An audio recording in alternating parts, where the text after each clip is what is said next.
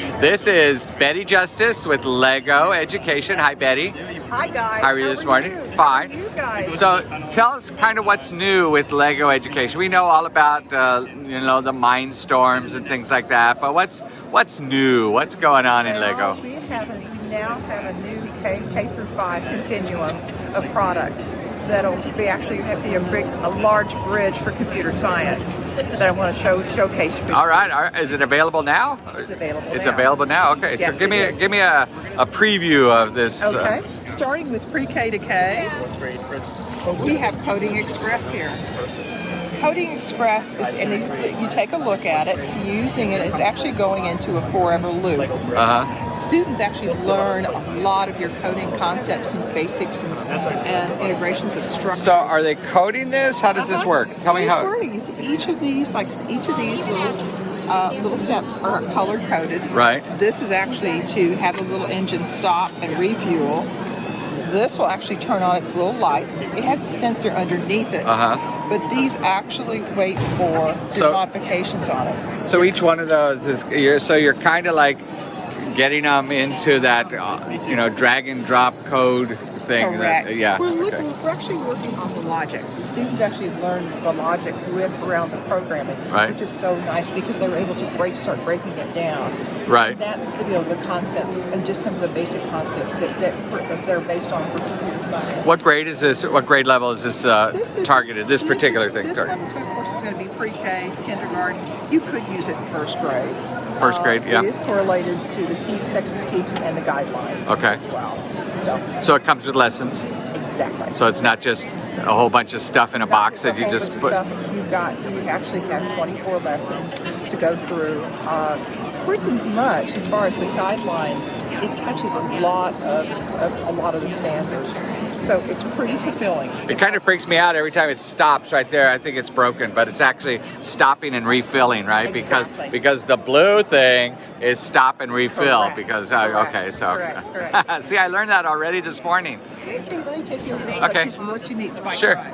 What do we got over here? Check it out. No, nothing's gonna.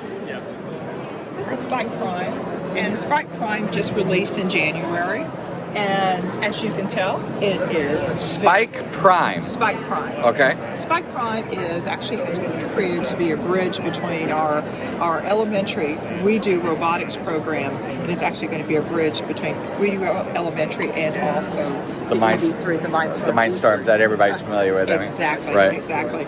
And so how does it work as a bridge? What's the? It actually incorporates Scratch programming. We have a Scratch-based programming language that we use, and we think that that's going to be a very, very good entree into Python or any text-based Java. And Scratch, was that one developed by MIT? It was developed by MIT, but this is actually a Scratch-based programming using that same logic and flow with Scratch, but it's using all of the motors and the sensors and just the block-based. So like Lego took Scratch and added growth hormones to it, and there we go. We've brickified it. Yes, Scratch Plus. Exactly. That's cool. So is it just by itself, Spike by itself? Is like these two things are both spikes? These are actually some of the lessons. This is actually one of the lessons. And they're all using the same set of blocks? Exactly. Okay. Exactly. This little guy over here, he's our weatherman, and he'll actually you actually put him on the internet, and you'll be able to learn how to code to tap into, if you want to know the weather, if you want to know the weather in El Paso today, he can actually tell you. Hope it's warmer than the weather in Austin today. I'm sure it is. But he'll probably need to have his sunglasses most of the time in El Paso. I see. And so those are his sunglasses. Exactly. I see. Exactly. So he'll see his sunglasses. So he's got his sunglasses and he's got skis on, it looks like. It looks like he's got skis. So he's actually getting ready to go skiing, it looks like. I got it. Exactly. And so this one over here, is that still part of the same Spike? This is from our competition unit. And so you can tell it's pretty robust. This is actually made from about 4 different chassis, and we put these together. You can have a student team of 4 students working on this. But this is one of the most elaborate. It's a very good portion to teach any type of, if you weren't using it for the TCEA competition or even First Lego League. So a grade level here is? Grade level, you can and start with 5th grade. I'm going to say, looking at, again, the teaks and where it actually fits, you're looking at really a strong point of 6, 7. 6, 7. Maybe 8. 8 is good too as well. Okay. It's real heavy. It fits into the computer science standards extremely well. It's you do have the engineering design mode that you would have with Right. Mindstorms, Right. but it's more forced. Is a lot of the units are okay. Let's fix the broken code. So let's talk a little bit about how Mindstorm has changed. Sure. I mean, I haven't ordered one in a while, and so it looks a little bit different. It still looks familiar, but different. One of the big changes that we've introduced this year, and I'm really excited about it, is that we're now going to integrate into using with Python. We can actually. So we're graduating from Scratch to Python here. Python, So, okay. exactly. You've always.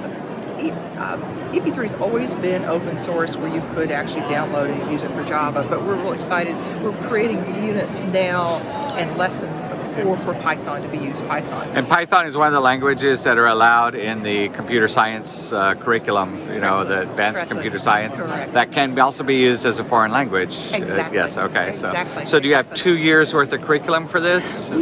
Right now we have 1 year, and we have a development team working on it for that. Because it has to be 2 years of curriculum in order to be a foreign language. So we Correct.